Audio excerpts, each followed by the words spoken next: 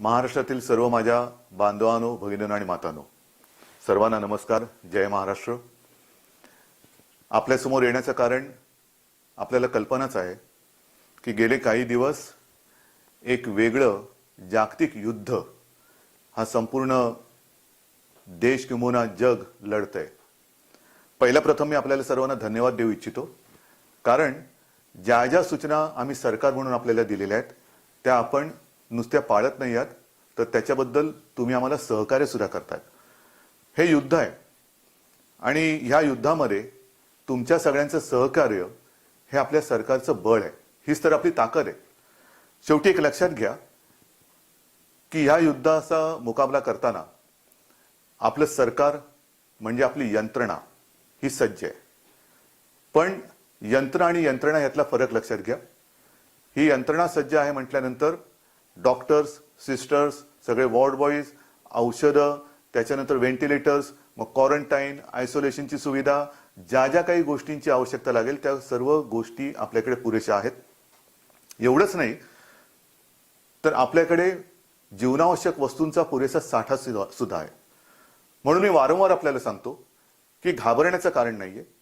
घाबरून किंवा भीतीने युद्ध लढलं जात नाही. युद्ध म्हटल्यानंतर युद्ध हे जिद्दीने लढावं लागतं आणि जिद्दीवरती जिंकावं लागतं. माझी आपल्याकडनं एक अपेक्षा आहे. मला कल्पना नाही आपल्यापैकी किती जणांनी 65 सालचं आणि 71 सालचं युद्ध पाहिलं असेल. मी युद्ध पाहिलं असं म्हणत नाही, पण युद्ध अनुभवलेलं आहे, कारण तेव्हा मी खूप लहान होतो. युद्ध म्हटल्यानंतर बोलून का थांबलो, कारण युद्धाचा अनुभव हा फार वाईट असतो. तो 71 साली आला. त्याच्यानंतर बारीक सारीक किंवा मोठमोठ्या ज्या चकमकी होतात तिथे तिथे काय परिस्थिती तेव्हा होत असते हे आपल्याला माहिती आहे. अनेक जवान हे लढतात, धारातीर्थी पडतात. देशासाठी अक्षरशः छातीचा कोट करून ते लढत असतात. आणि तेव्हा मी जे काय अनुभवलं, संध्याकाळच्या सुमारास पटकन भोंगा वाजायचा, सायरन वाजायचा. सायरन वाजला रे वाजला की पळापळ व्हायची. मग कोणी, कारण त्याच्या सूचना होत्या. घरात असाल तर पलंगाखाली, टेबलाखाली, जिथे जिथे तुम्हाला आडोसा मिळेल, छप्पर मिळेल त्याच्या खाली जा. एवढंच नाही तर सायरन वाजल्यानंतर घराघरातले दिवे हे बंद व्हायचे. नुसते दिवे बंद व्हायचे नाही तर जोपर्यंत युद्ध चालू होतं तोपर्यंत घराच्या खिडक्यांच्या काचानं सुद्धा जाडे कागद लावून आतला प्रकाश बाहेर जाणार नाही याची खबरदारी घेतली जायची. हे कोणाला आवडत होतं का? नाही. परंतु युद्ध म्हटल्यानंतर शत्रूच्या विमानांना आपली वस्ती कळू नये, आपल्या वस्तीवरती त्यांचा हल्ला होऊ नये म्हणून ही काळजी घेतली जात होती. 71चं युद्ध तर असं म्हणतात की शत्रूची विमानं आपल्या मुंबईपर्यंत आली होती. ते स्वतः मी तेव्हा ते गोळे वगैरे फेकले गेले होते, त्याला काय ट्रेसर्स म्हणजे काय म्हणतात ते मी स्वतः बघितलेलं आहे. आपले सैनिक बहादर आहेत. त्या जवानांनी अत्यंत धैर्याने आणि हिमतीने ती शत्रूची विमानं परतून लावली.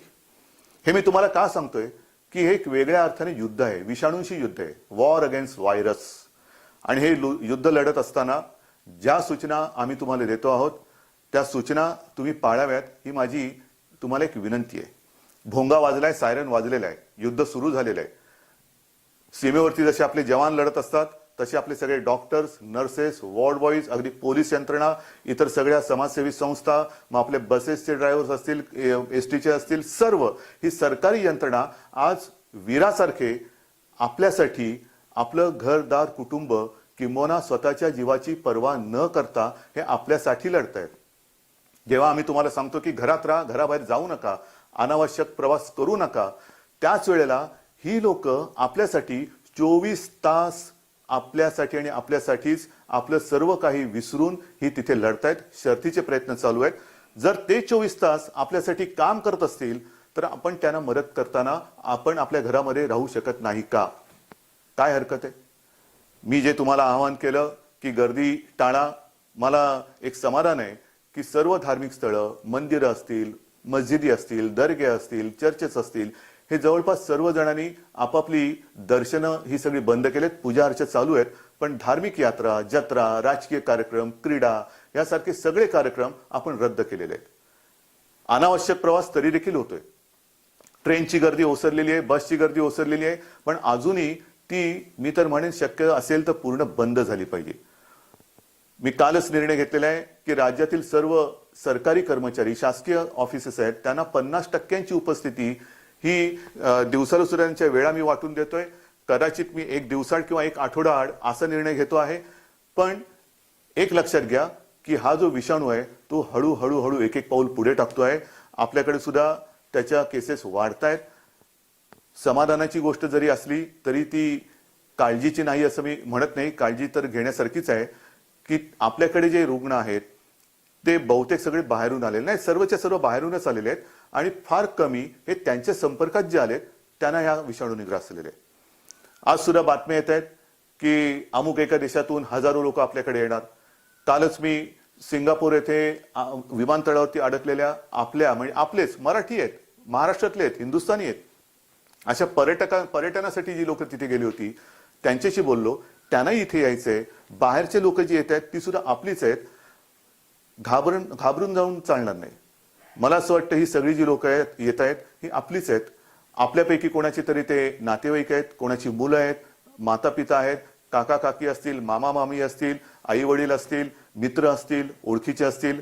मी सर्वांना एक विनंती करतोय आपल्याला खास करून की ज्यांच्या ओळखीमध्ये संपर्कामध्ये ही सर्व लोक आहेत त्यांना तुम्ही फोन करून सांगा की बाबा आपण जरूर या.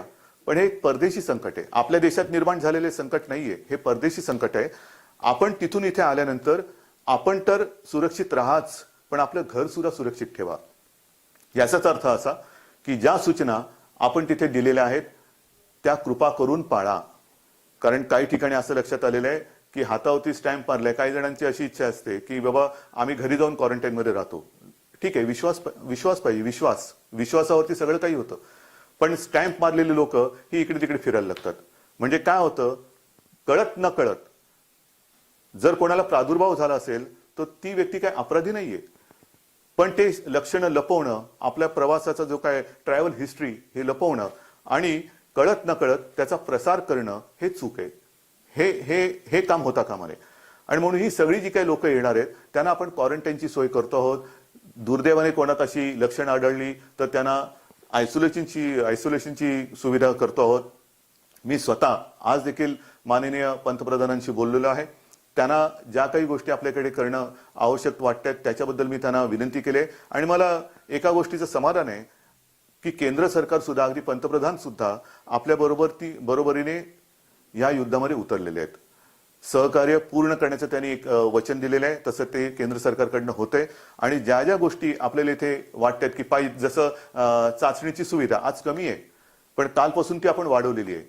पण ह्या वाढवण्यासाठी, ही सुविधा वाढवण्यासाठी केंद्र सरकारच्या परवानगीची गरज असते. त्या परवानगीसाठी मी 2 दिवसापूर्वी पण बोललो होतो, आज सुद्धा बोललेलो आहे. आरोग्य मंत्र्यांशी बोललेलो आहे केंद्रातल्या. त्यांनी सुद्धा सांगितलेलं आहे की ये तो हम कर रहे, हम दे रहे हैं, आप चिंता मत करो. तर सर्व मिळून आपण हे युद्ध लढतो आहोत.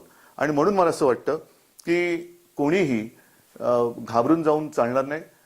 हे युद्ध म्हटल्यानंतर युद्ध हे जिद्दीवरती लढावं लागतं. ही यंत्रणा जी आहे, मी ज्यांची बरोबरी जवानांची केलेली आहे त्या यंत्रणेवरचा भार कमी करणं हे आपलं काम आहे. कारण ही यंत्रणा ती सदैव कार्यरत ठेवणं, त्यांची कार्यक्षमता ही वाढवणं हे आपल्या हातात आहे. त्यांच्यावरचा भार जेवढा आपण कमी करू तेवढी त्यांची कार्याची क्षमता ही वाढत जाईल. ते सुद्धा माणसंच आहेत, ती सुद्धा आपल्यासारखीच कोणाचे ना कोणाचे तरी कुटुंबीय आहेत.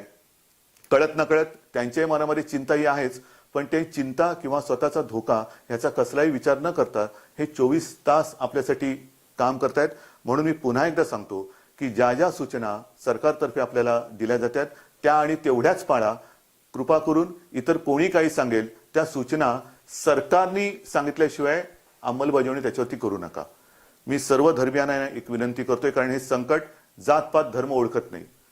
संकट हे संकट असतं, आपत्ती आपत्ती असते. तसं हे संकट आहे, ही आपत्ती आहे, हे युद्ध आहे. सर्वांनी एकजुटीने जर त्याचा मुकाबला केला तर मला खात्री आहे आपल्याकडे या संकटाचं काही सुद्धा, किंबहुना हे संकट काही सुद्धा आपलं वेडवाकडं करू शकणार नाही. म्हणून आपण एकजुटीने शिवरायाच्या महाराष्ट्राची ताकद, कारण महाराष्ट्र शिवराय म्हटल्यानंतर लढवय्या हा आलाच.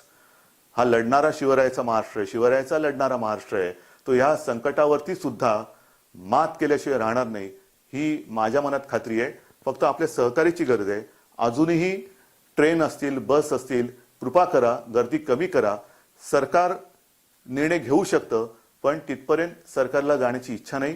आजही माझं म्हणणं आहे, जिथे जिथे अनावश्यक असतील अशा गोष्टी, मग दुकानं असतील, कंपन्या असतील, इतर काही गोष्टी असतील, वर्क फ्रॉम होम जसं चीनने केलं, आणि चीन हा पहिला देश होता जो या संकटाने ग्रासला, पण कदाचित चीन हा पहिला देश आहे जो या संकटातून बाहेर पडला. आपल्याला सुद्धा बाहेर पडायचं आहे, म्हणून आपल्या सगळ्यांची सहकार्याची मला अपेक्षा आहे. आणि जसं आजपर्यंत आपण सहकार्य केलं तसंच याही पुढे कराल, आणि आपण सर्व मिळून या संकटावरती मात करू हा आत्मविश्वास बाळगतो. जय हिंद, जय महाराष्ट्र.